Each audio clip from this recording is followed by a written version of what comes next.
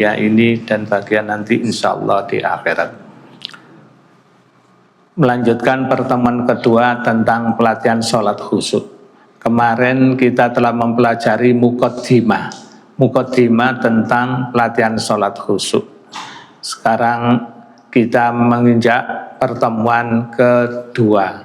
Nanti kita akan akhiri dengan pertemuan ke-20 selesai. 20 itu yaitu tentang pemahaman arti dan penataan kekhusyuan. Yang pertama yaitu al-qiyamu lil qadiri. Al-qiyamu berdiri. Li untuk qadiri orang yang mampu.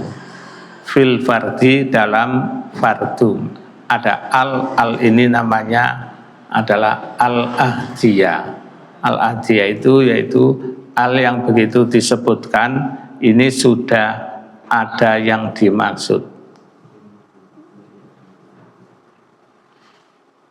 Nah, ini sebab dalam istilah Al-Quran al ini terus dipakai, maka perlu kita sampaikan pagi hari ini tentang al, supaya kita nanti begitu menyebut kita paham apa arti kata itu. Nah,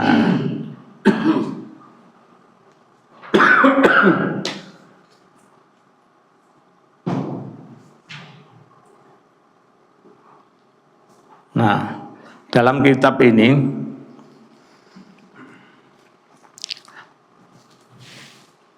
kurang besar nih, mboten nggih? Kurang besar. Enggak nih.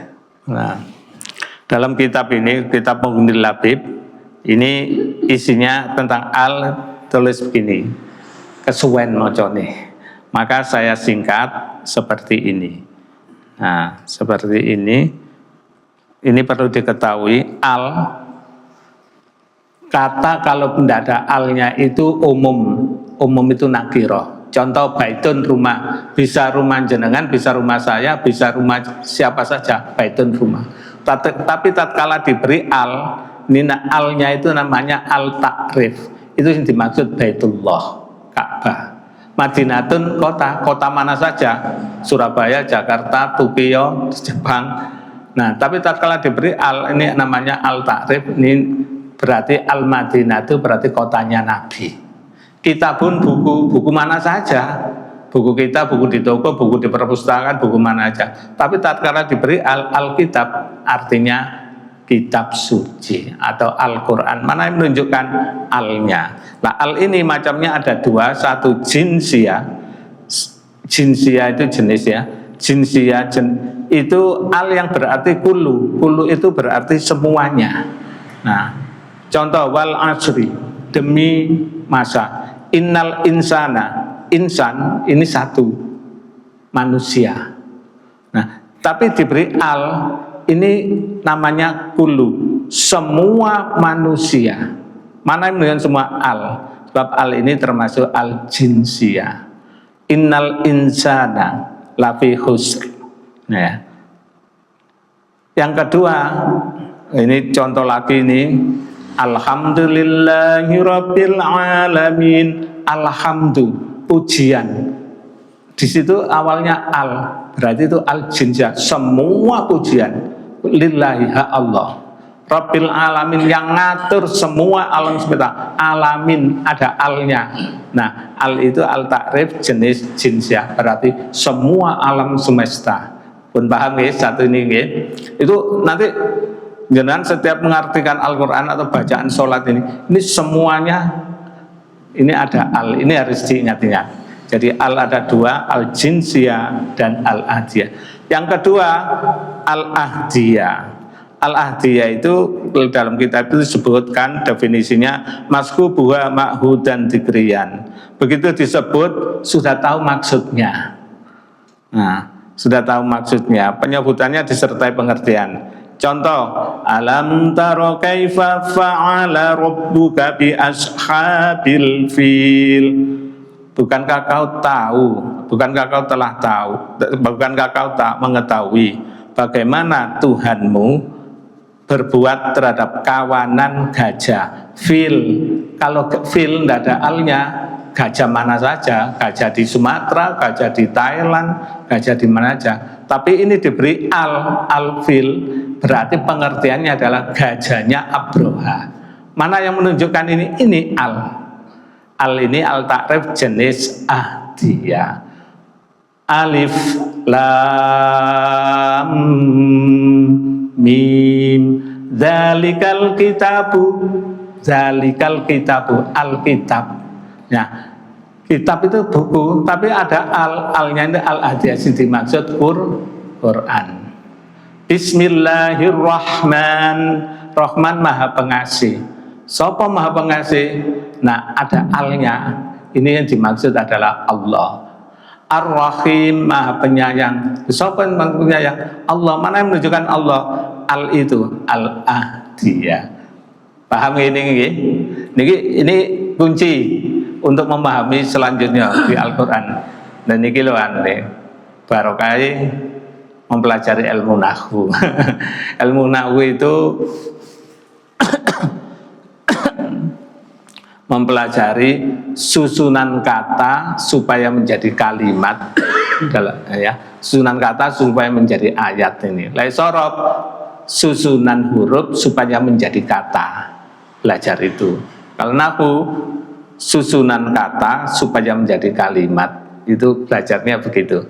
Nah, di sini Al-Quran itu hanya 3. Kata benda, kata kerja, huruf. Ya itu sebetulnya susunannya. Gampang sebetulnya. Angel. Kok angel? Mari kita buktikan. Menurut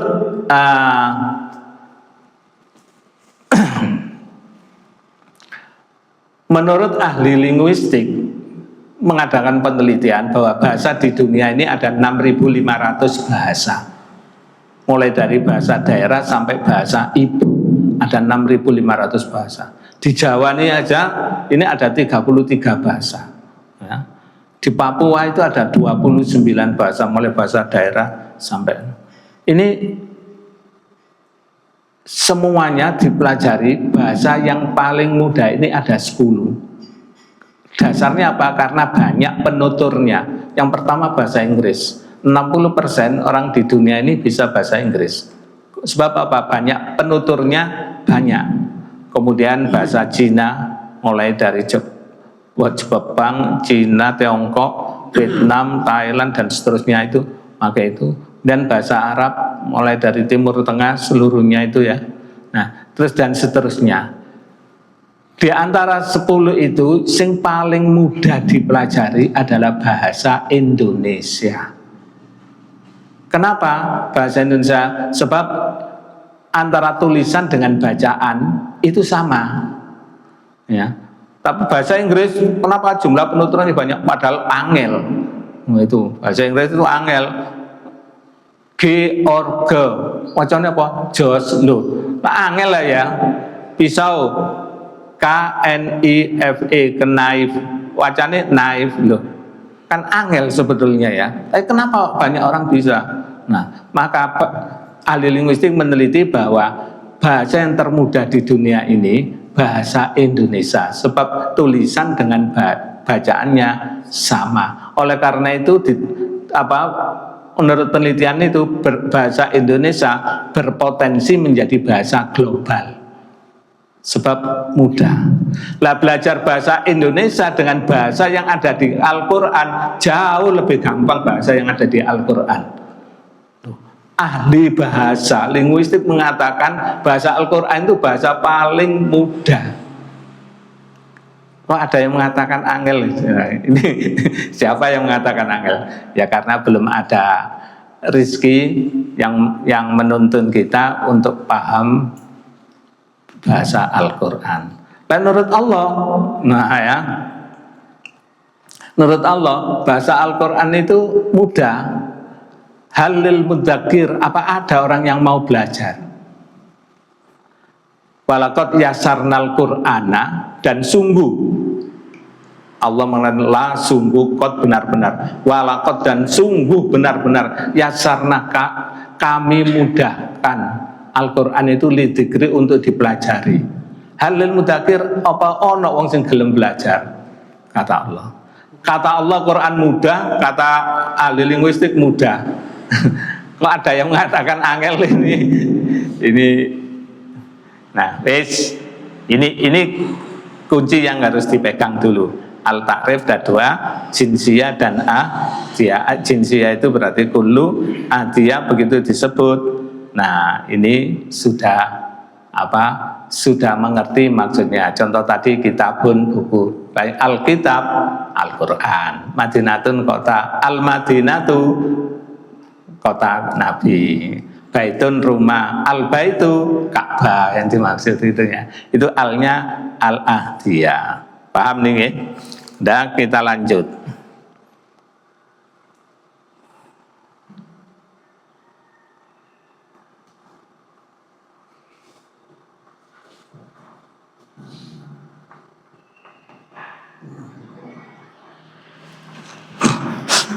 Al-qiyamu lil qadiri. Al-qiyamu berdiri. Ada alnya. Berarti kira-kira al-jinsina wa al-ahdiyani. Al-ahdiyah berdiri dalam sholat maksudnya. Oh ya, lakuna.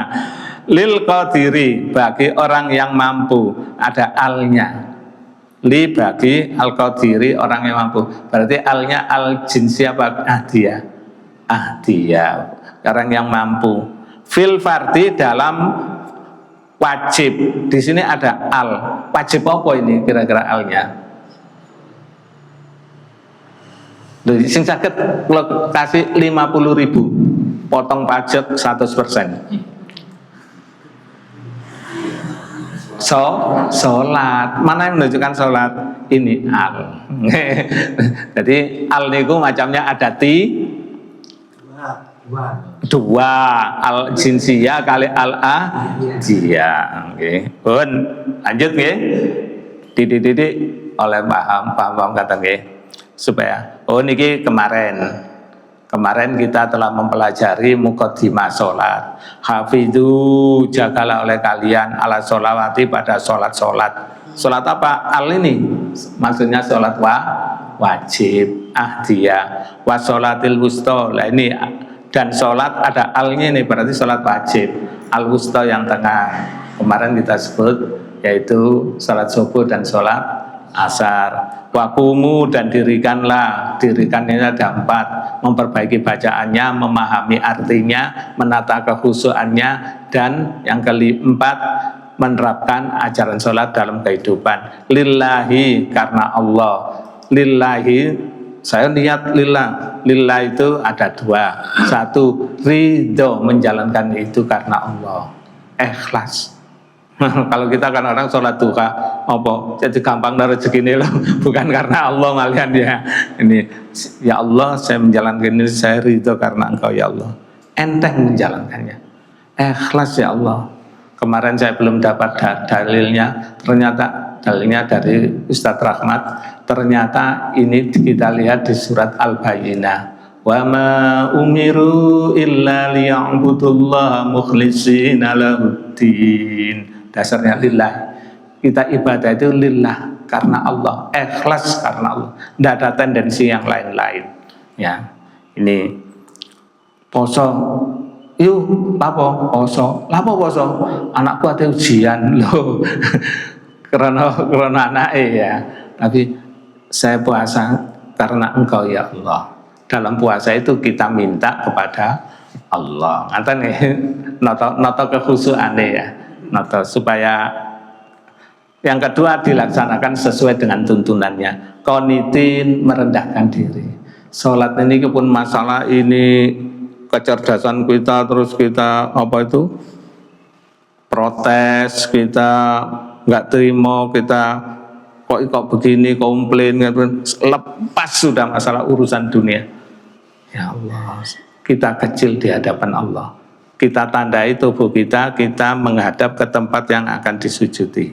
Nah, terus dengan cara apa? Kita lihat ini, dengan cara berdiri. Nah, kita lihat berdiri. Waktu berdiri ini qanitin, mata melihat ke tempat yang akan disujudi. Dada dihadapkan ke kiblat. Nanti ada bab 3 pertemuan kedua ini menghadap kiblat. Kemudian kaki menghadap kiblat. Nanti takbiratul ihramnya semuanya di hadapan kiblat nanti pertemuan ketiga nanti. Berarti Jumat lagi noto takbiratul ihram seperti apa, niatnya seperti apa. Nah, sekarang ini berdiri. Bagaimana berdiri itu? Semuanya diajak ngadep kiblat. Begitu pula kakinya. Pun sewu wong ini judulnya pelatihan sholat khusyuk, dilatih ya. Nanti akan penutupan semuanya dilatih. Kalau seperti saya orang tua ya, itu akan latihan itu sikile gak dibenak, nono kadang-kadang sik lali ya. Ya. Ini caranya berdiri begini. Maaf ya, saya di mana? Mriki ya. Nah, biasanya kita kalau sholat kan pandangan ke tempat akan sujudi. Nah, ya. Kemudian kaki ini diajak ngadep kiblat. Biasanya kita kan begini, kipas. Kan kipas ya. Sebetulnya volume tempat yang dibuat berdiri dengan ngipas dengan ini diajak menghadap kiblat sama. Ini volumenya sekian, diajak menghadap kiblat, seret. Lu kan sama tempat yang dibutuhkan. Yang kaki kiri, nah, tapi kesannya kok kayak begagah. Berapa lebarnya volume yang dibutuhkan? Jangan melebihi pundak. Jangan ini melebihi pundak kan gitu. Nah, jangan melebihi pundak. Nah, gini. Ini menghadap kiblat. Sehingga kalau kita jamaah, sing nempel itu bukan jentiane, tapi kalau di hadis itu mata kaki ini berhimpitan atau telak tungkak iki apa bahasa Indonesia tungkak niki? Tumitnya yang nempel. Jadi sing nempel niki lho ngeten. Lho sing nempel tumitnya. Nggih. Lah sing nempel tumite. Biasanya kan ngeten. Nah, sing nempel tumitnya. Apa hadisnya nempel gini? Nanti ada itu. Kita nanti insya Allah pertemuan ketiganya itu dibahas. Ini nempel. Ya. Ternyata dengan nempel begini, kalau bisa pundaknya ini nempel. Nah, ini ion-ion positif dari sini dengan sini, ada sinyal-sinyal, ini berjalan. Kalau sudah berjalan, maka di sini dengan di sini, hati ini seakan-akan menyatu. Menyatu, kemudian hati ini kok koyok malah akrab, kok dianggap kok dulur. Hilang dendam. Nah, kayak ridho. Lewis ion positif itu lagi, ini menyebabkan kebersamaan. Kok bersama, apa yang saya miliki kok saya ridho mau takekno kene. Itu ini salah satu di antara hikmahnya, masih banyak lagi. Nah, ini kalau ridho. Nah, sekarang kalau sholat unsewu, sholat begini. Nah, ini memberikan celah-celah setan untuk lalu lalang ini. Nabi mengatakan itu bagaikan ada setan itu bagaikan ada kambing betina, wedhus wedok cilik kan lincah biasanya lari-lari ya. Nah, talenono itu berlalu lalang. Biasanya orang begini nih, ion-ion positif itu ndak bisa jalan, ndak bisa berjalan. Kalau kabeh anu, orang itu sak masjid iso kompak, artinya iso bersama. Nah, terus kalau begini nih, ndak bisa berjalan, ion positifnya hanya berjalan di tubuhnya saja, ndak bisa menyeluruh. Makanya artinya bisa kadang-kadang timbul perselisihan di hati, ada ketidakcocokan. Akhirnya nggak bersatu, nggak rukun. Jangankan jamaah rukun, amit-amit. Sesama takmir kadang-kadang nggak rukun. Apa?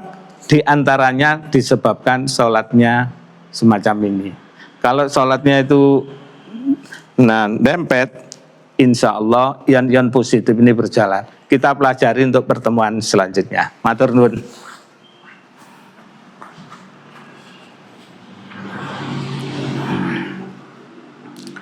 An Imrona dari Imron ibni Husain putranya Husain radhiyallahu, semoga Allah meridhai anhu padanya. Qala, Imron telah berkata, kanat bi, bersama aku, sapa Bawasir, Bawasir bersama aku. Fasa'altu maka aku takon an-nabiya pada Nabi sallallahu alaihi wasallam, semoga Allah memberikan rahmat padanya dan keselamatan. Semoga rahmat dan keselamatan tercurah padanya. An sholati, tentang sholat. Ada alnya ya, yang dimaksud sholat ya. Atau ini bisa sholat al-jinsiyah, sholat sunnah atau sholat wajib ya. Ini bersama. Faqala maka Nabi bersabda, sholli, sholatlah engkau, kau iman dengan berdiri. Bagaimana Nabi mencontohkan berdiri seperti itu? Biasanya kalau kita sholat jamaah berdiri mepet, kalau orang ibadahnya unsewu tanpa ilmu, maksudnya tanpa ilmu, tanpa dasar hadis Nabi, itu biasanya lek dipepet itu apa? Ya Pak. Anu, pepet ini, pepet ini. Jangan diuber, mulai diuber sama jangan diuber ya. Ini, ya memang kalau tanpa ilmu kok kayak risi, seret, pepet lagi. Maksud kita itu bagaimana supaya jamaah kita sempurna. Nah, ndak usah diuber ya. Ini memang dasarnya sudah lain ya. Kita dasarnya mengikuti tuntunan Nabi. Katanya lillah itu artinya ridho, menjalankannya karena Allah. Loro ngikuti tuntunan Rasul, ngikuti aturan-aturan yang telah ditetapkan. Sholli, sholatlah kau iman dengan berdiri. Itu tadi berdirinya. Fa ilam tastati, maka apabila engkau tidak mampu, faqaidan, maka boleh duduk. Sholat duduk. Fa'ilam tastati, maka jika engkau tidak mampu, fa'ala jambi, maka di atas jambi itu samping, janub ya. Jambi itu lempeng, di atas lempeng berarti gini. Nggak mampu aja, sak mampune sudah. Ya, sak mampunya. Mau terlentang, mau apa terserah, sak mampunya. Yang penting sholat, saking wajibnya sholat. Ora iso ngadeg lungguh, gak iso lungguh turu, gak iso turu saisone wis terserah. Nah ya, ini hadisnya. Maka dalam hal ini wun sewu, pelatihan sholat ini kita kokoyok belajar ayat Al-Quran, hadis, nah, semuanya didasarkan pada ini supaya kita menjalankan ini. Oh aku nurut Nabi, nah gitu ya. Terus ingat, nurut Nabi. Jangan sampai dua. Apa? La riya'a wala sum'ata. Ibadah apa saja? La riya'a wala sum'ata. Jangan sampai riya, pamer. Wala sum'ata, jangan sampai membanggakan diri. Makanya setelah salam, assalamualaikum warahmatullah, assalamualaikum warahmatullah, kita disunahkan istighfar, astagfirullahaladzim. Kalau kita telah melaksanakan ibadah dengan baik, ini disunahkan kita istighfar. Saya minta ampun ya Allah, saya minta maaf ya Allah. Apa? Menghindari sum'ah. Sum'ah tadi apa? Bangga diri. Aku sholatku sesuai dengan pelatihan sholatku itu. Aku kaya sholatnya Nabi rek. Aku wis haji rek. Aku wis poso Daud rek. Aku Senin Kamis. Menghindari sum'ah. Makanya kita kalau telah berbuat baik disunahkan istighfar, astagfirullah, saya minta ampun ya Allah. Melakukan kebaikan disunahkan istighfar, apalagi telah melakukan dosa, nah itu malah disunahkan istighfar. Nah, guys, pun lanjut. Jika tidak mampu boleh duduk semampunya ya. Sudah, kita lanjut. Hadis Sunani Ibni Majah. Ini qala Ibnu Majah, qala Rasulullah bersabda, man sapane wong sholat sing sholat ko iman dengan berdiri, bahwa maka itu afdol, maka orang itu afdol luwih utama. Jadi sholat dengan berdiri itu yang paling utama dengan berdiri. Wadan man barang siapa sholat sing sholat qaidan dengan duduk, fa maka lahu baginya nisfu ajril qaimi, separuh pahalanya orang yang berdiri. Jadi sing afdal berdiri, negara berdiri duduk boleh, maka pahalanya separuh. Mana dasarnya hadis Ibnu Majah ini. Wadan man barang siapa sholat sing sholat naiman tidur dengan tidur tadi itu terlenti miring menghadap kepalanya di utara, ini tidur yang sempurna atau tidur yang berkualitas. Ini menurut ahli biologi ternyata itu kayak tidur seperti tidur yang dianjurkan Nabi. Kepala di atas miring menghadap kiblat. Ini tidurnya Nabi. Ternyata pun saya malin terang itu enggak, ini sedikit aja. Gerak jantung ini enteng, enak. Makanya orang jantungan itu biasanya kepalanya di utara, miring ke kanan menghadap kiblat. Gerak jantung enteng. Kalau diwalik, ini gerak jantung berat.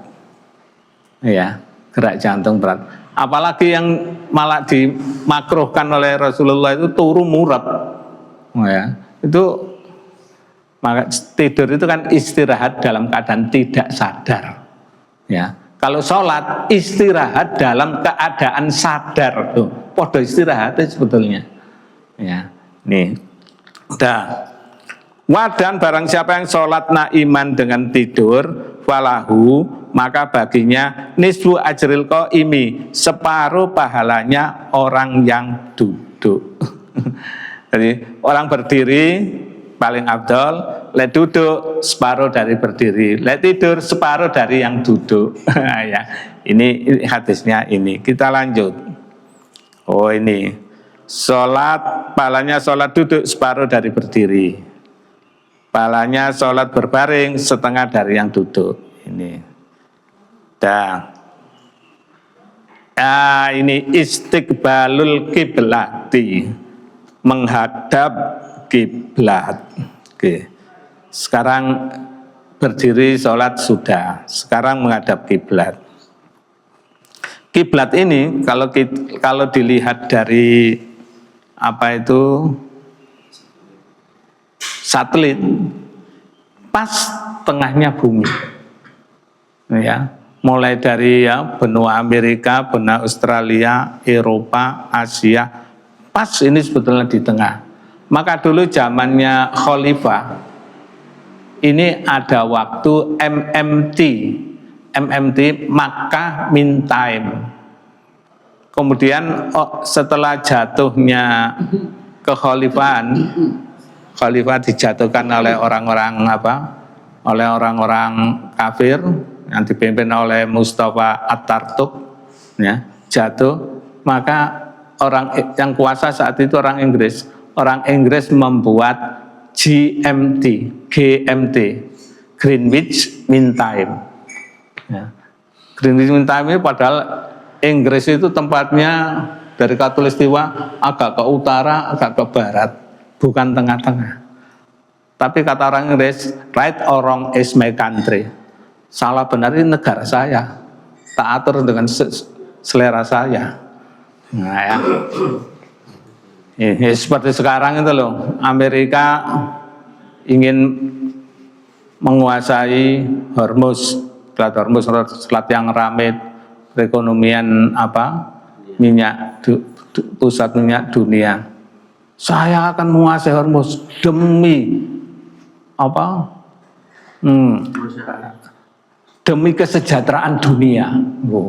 Kok enak meneh padahal saya akan mengambil lagi minyak di Iran demi pemerataan minyak dunia.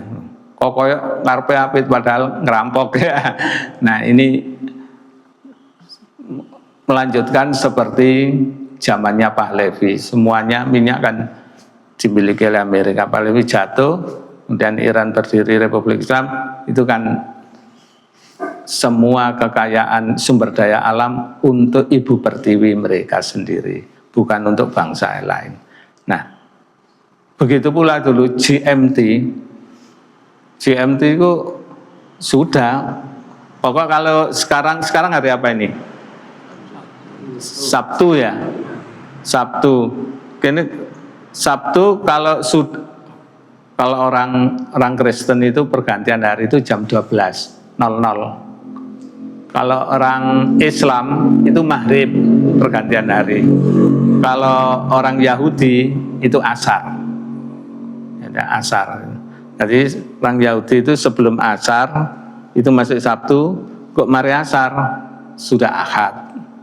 Nah, orang Islam maghrib sekarang Sabtu, ya. Nanti maghrib sudah Ahad. Wong Jawa ngarani malam Ahad. Maksudnya Ahad malam, ya, ini Ahad malam, Jawa malam Ahad. Nah, orang Kristen itu jam 00 pergantian hari. Nah, itu kalau GMT itu menurut orang Kristen 00 pergantian hari. Kalau dulu maka min time, sebab tengahnya dunia, pusarnya dunia ini, dan ini lurus dengan aras hadis Nabi. Ya, kita lanjut. Nah, hadis Sahih Bukhari. Dan kola telah berkata Abu Hurairah, kola telah bersabda Nabi Sallallahu Alaihi Wasallam, istakbil, menghadaplah al-kiblat, kiblat, wa kabbir, dan bertakbirlah. Jadi kalau ada istilah kabir, komando untuk bertakbir itu kabir, Allahu Akbar, kabir, Allahu Akbar. Sekarang ini sebetulnya kan ini wakabir dan bertakbir. Asalnya dari kabbaro, yukabbiru takbiron, takbirotan, takbaron, tikbaron, mukabbaron, bahwa mukabbirin, wadaka mukabbaron, kabir, bertakbirlah. Nah, gitu ya. Tapi kita kadang-kadang takbir, ya. Umpamanya telah minum, sedang minum, minuman, minum, ya. Dan seharusnya minumlah, begitu ya. Sudah keren, minuman, ya minuman, ya. Tidak apa-apa, yang penting ngerti, gitu ya. Hasilnya kabir dan bertakbirlah. Nah, Nabi mengatakan istakbil, menghadaplah al-kiblat, kiblat, wa kabir, dan bertakbirlah. Bagaimana tata cara bertakbir menurut hadis Nabi? Kita ikuti pertemuan ketiga nanti ini. Kalau setelah 20 kali pertemuan selesai. Oke. Istakbil, menghadaplah. Ini kakinya sudah menghadap, dadanya sudah menghadap. Loh, apa ada dada tidak menghadap? Ada. Sholat kiblatnya situ. Kan enggak menghadap kiblat, seharusnya nah gitu ya. Atau karena apa ya? Kesel atau apa? Atau kok diajak ngadap kiblat, istakbil, menghadaplah kiblat, kiblat seluruhnya. Kaki diajak ngadap kiblat. Volume yang dimakan sama, kesannya begaga. Ya, kesannya. Ternyata saraf-saraf yang ada di punggung ini, kita berdirinya menghadap kiblat dengan tidak lain, ketariknya lain. Pun sewu, kita sholat begini. Nah, kita sholat begini, nanti kita rukuk sujud, ketariknya saraf-saraf yang ada di sini dengan tulang-tulang belakang yang tulang belakang kan dari ruas-ruas gini. Itu nanti akan terjadi kontraksi. Kontraksi itu boleh balik ke tempatnya semula. Tulangnya balik ke tempatnya semula, sarafnya balik ke tempat semula. Nah, itu tuntunan Nabi apa? Begini. Diajak menghadap kiblat. Nah, ternyata tertariknya sempurna di sini. Sempurna. Sehingga mari sholat ini balik nanggene, sarape balik nanggene dhewe, tulangnya balik nanggene, mari sholat segar. Inilah istirahat dalam keadaan sadar. Loh, kan tuntunan Islam Masya Allah hebat nggih. Istirahat dalam keadaan sadar. Kalau tidur terjadi segar, asal tidurnya tidur yang berkualitas tadi. Nah, segar itu istirahat dalam keadaan tidak sadar. Nah, kita lanjut.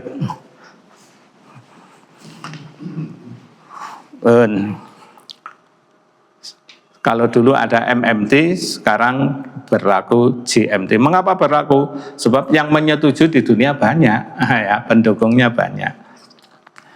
Nah, hadis Sahih Muslim. Kharaja alaina. Kharaja telah keluar Nabi alaina pada kami. Faqala maka Nabi bersabda, ala mbok iya. Tasufu berbarislah kalian.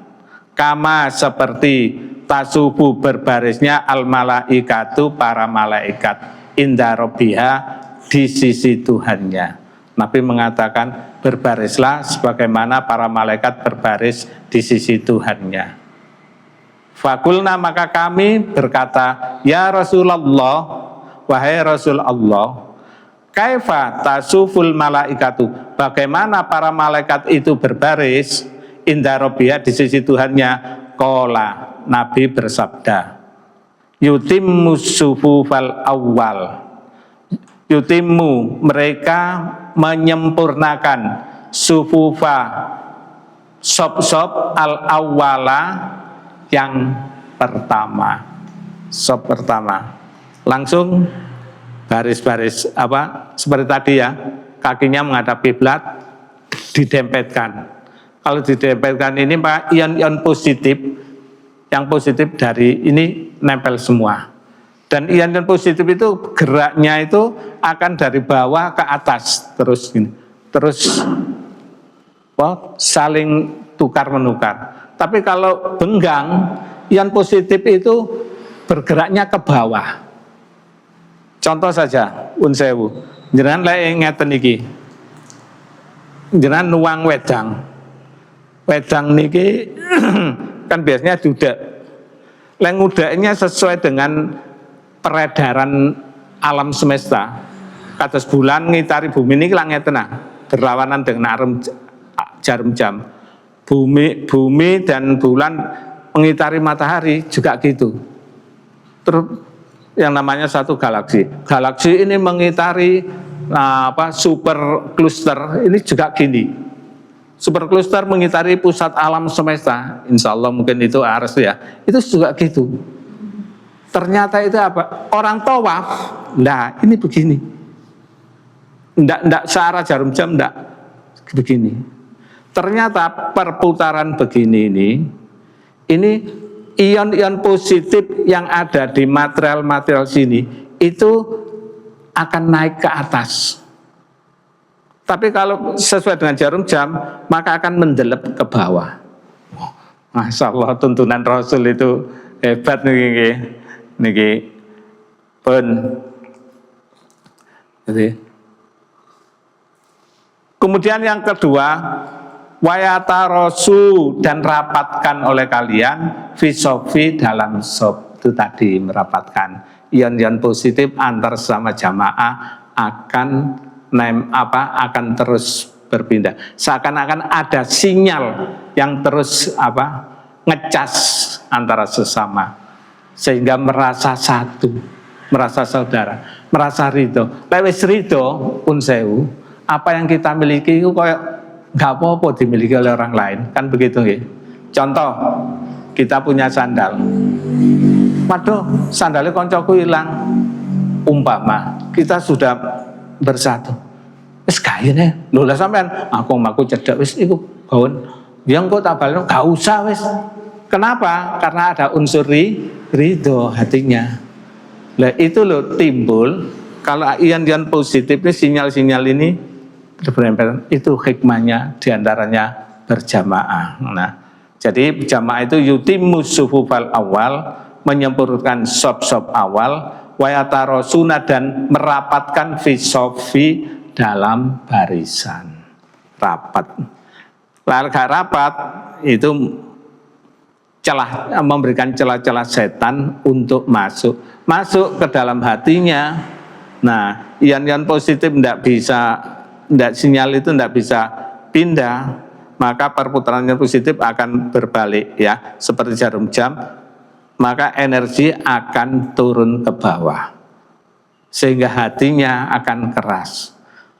Jangankan ridho, dicedeki ngene kaya kudu muring-muring aja. Ya, akhirnya tidak ada keridhaan. Oke, kita lanjut. Berarti meluruskan shop dan merapatkan shop. Ini hadisnya Sahih Muslim. Kok belajar hadis ini ya? Maksudnya itu apa? Kita beribadah supaya ada tahu dasarnya. Oke. Hadis Sahih Bukhari.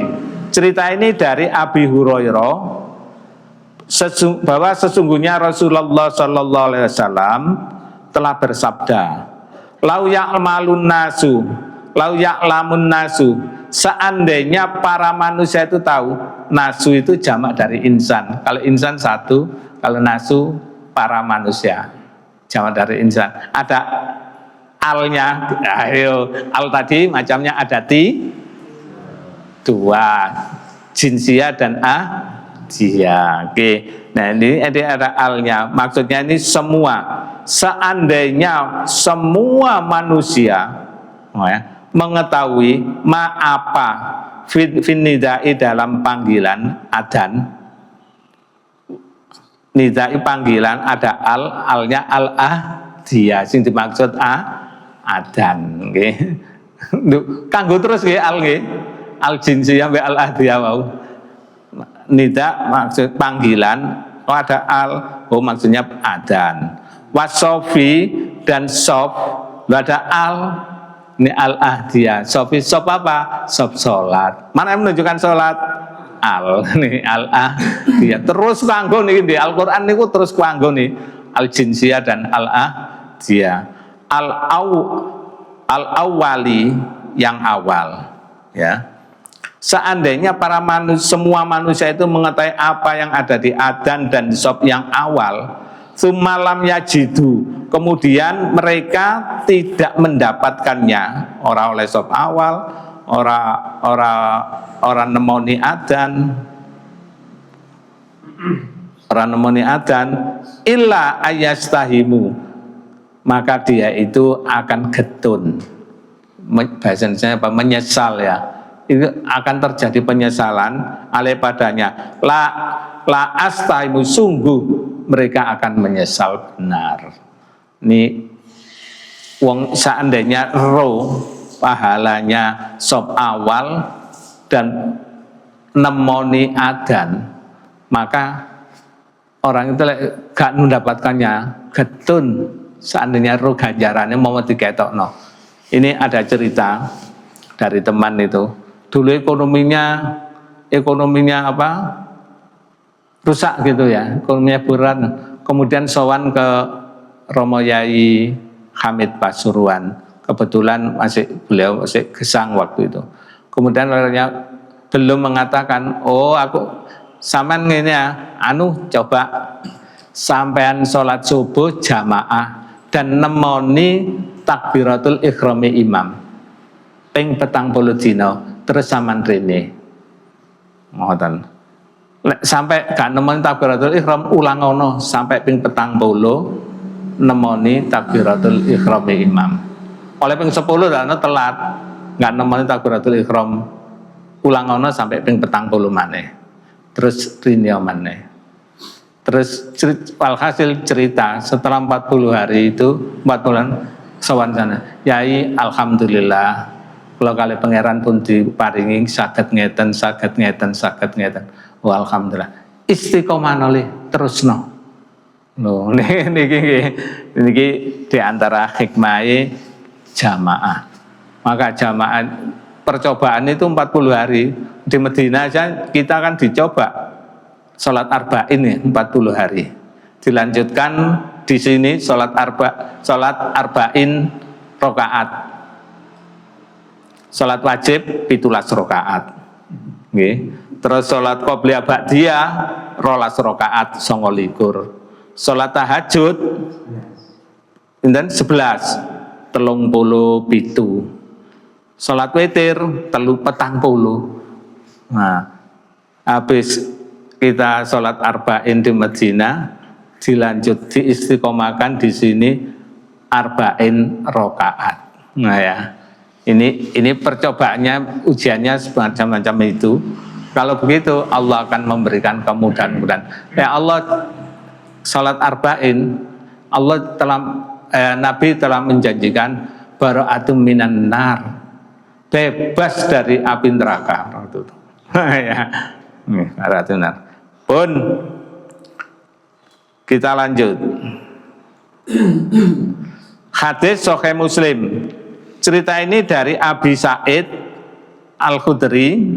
Sesungguhnya Rasulullah Shallallahu Alaihi Wasallam telah melihat fi ashabihi dalam para sahabatnya, ta'akhara ngakhirno buri, jopok buri-buri wis. Kalau dalam ibadah itu rebutan afdol. Jangan monggo sampean ngarep aku tak buri ae, jangan rebutan afdol. Ya, jangan mempersilakan orang lain, saya dulu. Ya, kalau masalah keduniaan kita belakang enggak apa-apa. Ya, kalau masalah ibadah saya yang bagus. Faqala, maka Nabi bersabda lahum pada mereka, taqaddamu majuwa fa'atimmu sempurna nobi denganku. Nah, jadi taqaddamu majuwa atimmu sempurna no. Jadi kalau dalam ibadah itu ndak usah mempersilakan orang, ayo sampean sing utama, sampean saya yang utama. Masalah dunia jenengan yang utama ndak apa-apa. Nah ya. Wal yaktama, maka akan menyempurnakan bikum dengan kalian man orang ba'dakum setelah kalian. Ayo maju-maju, sempurnakan berarti lurus rapat, maka akan menyempurnakan orang setelah engkau. Jadi datangnya setelah engkau. Wala yazalu, dan ora leren itu tidak akan berhenti. Kaum yata'akhiruna, yang mereka sama mengakhirkan, hatta yu'akhiruhumullahu, sehingga Allah yang mengakhirkan mereka. Maksudnya ini Allah mengakhirkan di keluarnya nanti dari neraka ini. Habis waktunya? Sudah. Oh ya, sudah suruk ya? Sudah. Oke. Kita sebetulnya nanti sampai sini ya kita merajaah waktunya lagi ya. Ini tata cara berjamaah berdiri, pundak nempet ini hadisnya mana dan seterusnya. Nah kalau enggak, ini sebetulnya ini pertemuan ini kan sampai ini ya. Nah yang salah dan seterusnya nanti waktunya lagi aja, diakhiri kita praktek berdiri. Kalau praktek berdiri biasanya seperti saya, orang tua ini enggak ditoto gini loh, oh iya, gini loh, oh iya, itu akan dieling-eling ya, sehingga sama-sama sempurna. Katanya kalau mencintai Nabi itu maka ikutilah ajaran-ajaran Nabi. Pun ada pertanyaan? Ustaz. Nggih, monggo. Tadi hadis Ibnu Majah itu bahwa orang berdiri, orang duduk setengah dari berdiri, tidur setengah dari duduk.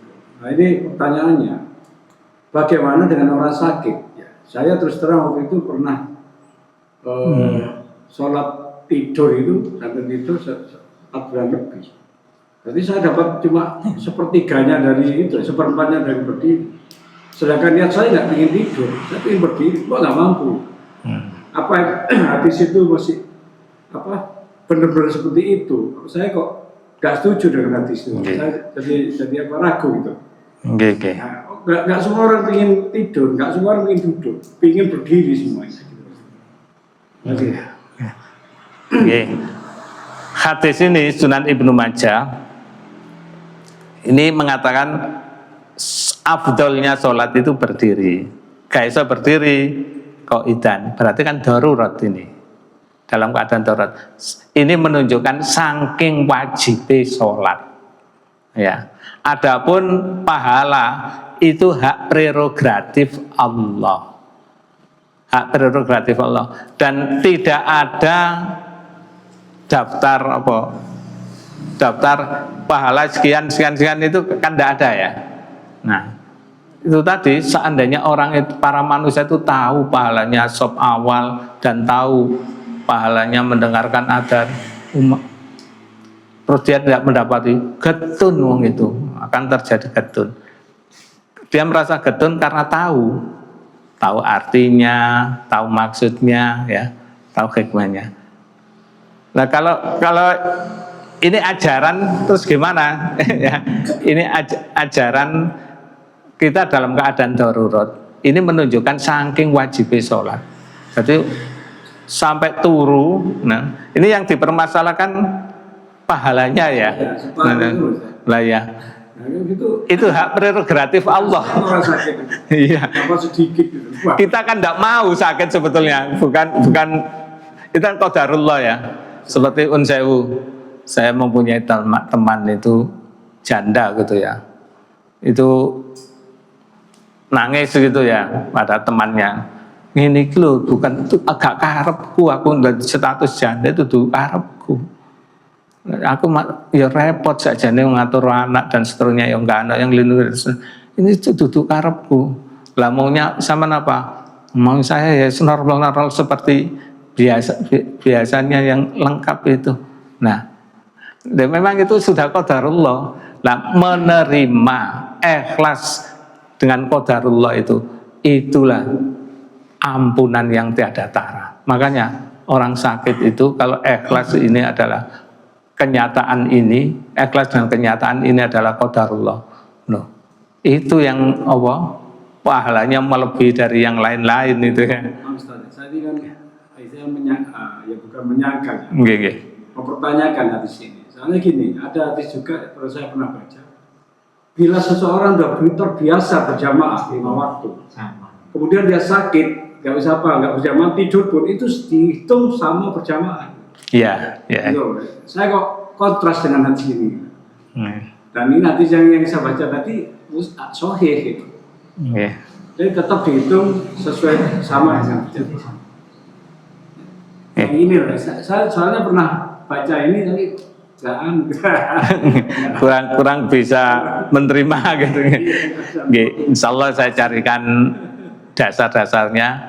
Kalau saya berdasarkan retorika nanti takut salah, sebab ini buat pegangan Insya Allah lain hari kita carikan. Ini hadis ini Sunan Ibnu Majah. Kemudian nanti kan ada perawi-perawi yang lain.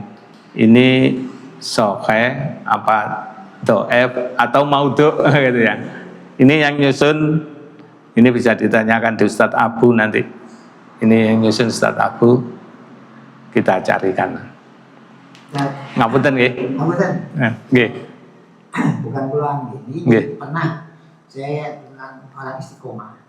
Jadi orang istiqomah karena udzur syar'i itu katanya dimakfu nilainya sama. Misalkan saya sudah istiqomah sholat jamaah non masbuk ya. Tapi karena kondisi tertentu, tak perut sakit mau jamaah itu akhirnya telat. Itu katanya ketelatan itu akan dimakfu masih termasuk artinya nggak gagal karena kondisi hati. Pas sudah berjuang di tengah jalan tak terjadi sesuatu yang sakit.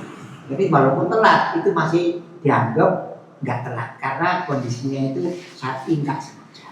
Nah, terkait dengan tadi itu sholat berdiri lebih baik daripada duduk lebih baik daripada itu dalam kondisi sakit, insya Allah sama. Misalkan Pak Baron sudah istiqomah karena sakit, walaupun sendirian Allah akan memaklumi, bahkan kita ini nilainya sama, bahkan akan mendapat ampunan karena kondisi sakit. Karena mau ingin berjamaah tadi itu nggak mampu, di samping ada lemah mungkin seperti itu.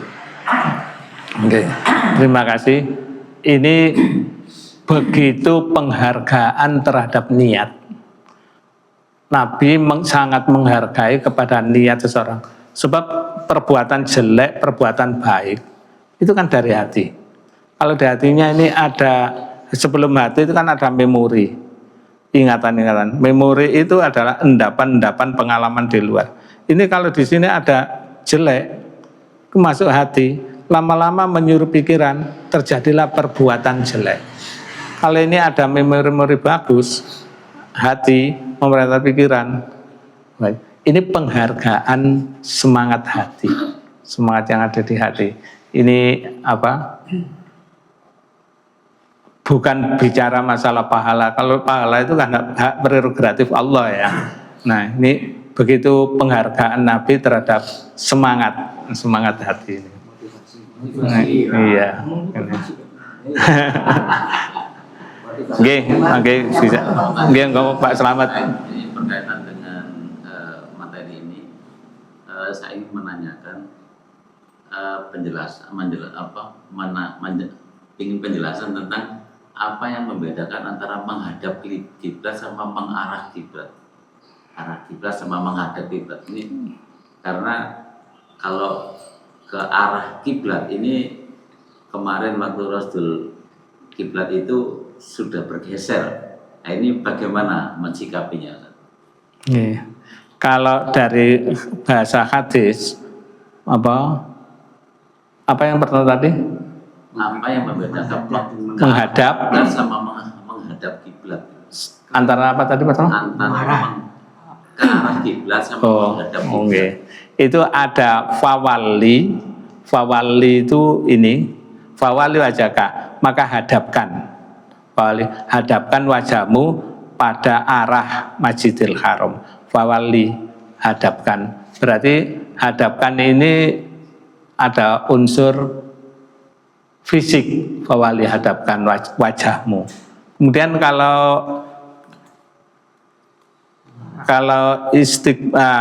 istakbil, hadapkan, itu seluruh istakbil kiblata, hadapkan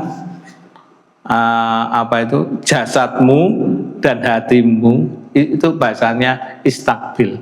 Kobala itu menerima. Jadi hatinya itu menerima, istakbil, saya hadapkan. Jogon jero dihadapkan, ini bahasa Arabnya istakbil kiblata. Baru wakabir dan bertakbirlah. Nah, nanti waktunya lagi kita belajar tata cara takbir menurut imam-imam fikih yang ada yang terkenal saat itu. Imam fikih kan banyak. Fikih itu tata cara ibadah. Itu banyak sekali. Yang terkenal, yang paling viral itu ada 4 itu. Maka disebut imam madzahibil arba. Nah, itu semuanya dasar Nabi yang pernah. Bicara fikih, wah itu banyak polemik nanti itu ya. Kita tidak masuk benang merah polemiknya, tapi kita mencari solusinya yang berdasar. Kita tidak bicara tukarane, tapi kita bicara bagaimana solusi yang berdasarnya. Pakai yang mana aja Nabi pernah menjalankan, yaitu yang kita pakai. Boleh dipakai, bukan satu-satunya. Berarti ini istakbil dan fawali. Fawali menghadapkan fisiknya, istakbil fisik dan rohani dan hatinya. Saged diterima. Nggih, monggo. Itu tentang tadi apa? Al itu yang membedakan al-jinsiyah dengan hadiah. Nggih. Hadiah itu. Itu apa ada tandanya, Ustaz? Karena kita membedakannya agak susah. Oh. Endi, Mang? Pertama. Nah, al itu sebetulnya ada 4. Tapi yang dominan itu 2, jinsiyah dan ahdiyah. Dalam kitab Mungdil Labib tadi, dalam kitab ini isinya. Nah, ini jinsiyah dan ahdiyah. Membedakan itu dari arti seperti al-insan, insan manusia. Alnya al apa? Manusia yang mana? Kan tidak mungkin ini. Oh, semua manusia. Fil, bagaimana kawanan gajah? Gajah, kenapa gajah? No. ada al. Oh, ini al ahdiyah. Maksudnya membedakan ini jinsiyah apa ahdiyah, kita kira-kirakan artinya. Kalau artinya ini berarti semua, contoh alhamdulillah, alhamdu pujian, berarti lillahi Allah, berarti masa pujian tertentu kan tidak mungkin. Oh, berarti semua pujian itu lillah Allah. Nah, ya. Rabbil alamin, Tuhan yang ngatur alam, ada al, berarti semua alam. Tidak mungkin alam tertentu kan, tidak mungkin ya. Ini berarti harus mengetahui arti. Makanya al ini untuk mentafsirkan Al-Quran. Jadi Tergantung kalimat. apa? Tergantung kalimat. Iya. Ini afil ini kan bisa jadi seluruh gajah. Ya. Ternyata kan punya berapa? Iya. Kalau seluruh gajah, mengapa kita harus ke seluruh gajah kan? Itu ya. Berarti tergantung kalimatnya betul. Ini al macam dua. Ini dieling-eling nih. Itu di Al-Quran terus ada itu.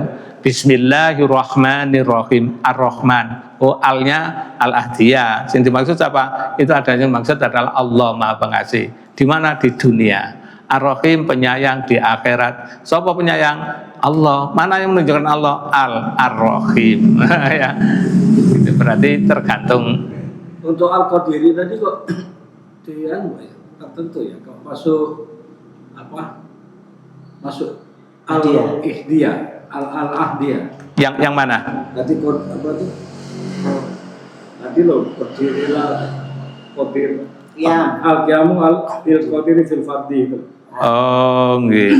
Jadi sholat. Al-qiyamu. Al-qiyamu al-qadiri fil fardhi. Nah itu qadirinya kok mana ya? Maksudnya apa Ustaz? Kok pakai al ya? Al-qiyamu berdiri. Berdiri apa? Maksudnya berdiri dalam keadaan sholat, alnya itu ya. Lil qadiri, untuk orang yang mampu. Al-qadir bagi orang yang sholat. Bukan bagi berarti orang yang lain. Dunia orang yang sholat. Iya. Itu Masya Allah, Al-Quran itu kata demi kata itu ternyata itu mengandung arti. Contoh, sahala, man salaka tariqal ilma, siapa yang berjalan mencari ilmu, sahalallahu tariqan ilal jannah, Allah memudahkan jalan menuju surga. Pakai Al-Quran pakai kata sahala, memudahkan. Tapi ada ayat Al-Quran, inamal usri yusro. Yusro itu semua kesulitan pasti ada kemudahan. Pakai kata yusro. Ternyata yusro gampang, sahalah gampang. Kalau yusro itu bisa ditempuh oleh siapa saja, umum. Inamal usri, semua kesulitan pasti ada kemudahan. Allah memakai kata yusro, siapa saja. Tapi kalau sahala itu orang-orang tertentu. Siapa orang yang berjalan mencari ilmu, maka Allah memudahkan jalan menuju surga. Allah bukan pakai yusro, pakai sahala. Sahala orang tertentu. Siapa tertentu? Orang yang mau mencari ilmu. Nah gitu. Bukan semua orang. Orang yang mau mendengarkan ilmu pakai sahala. Nah begitu pula istilah-istilah dalam hadis banyak ngoten pakai al ngoten nggih. Sama-sama mudah tapi artinya levelnya beda. Nah, apa konotasinya di belakangnya itu lain. Itu loh apa? Makanya kita mengakui belajar Al-Quran itu semakin belajar, semakin kita itu mengetahui bahwa kita itu banyak yang masih belum tahu. Oh, kalau begitu ini ayat Allah, tidak mungkin buatan manusia ini. Kata demi katanya, Masya Allah, penuh. Cekap nggih? Bu painten ngemut susur. Cukup semanten anggen kula matur. Menawi wonten salah kula nyuwun agunge pangapunten. Ini dia si jali-jali hari ini sampai di sini. Insyaallah kita ketemu hari Sabtu lagi. Kita tutup dengan doa kafaratul majlis. Subhanakallahumma wa bihamdika asyhadu an la ilaha illa anta astaghfiruka wa atubu ilaik. Assalamualaikum warahmatullahi wabarakatuh.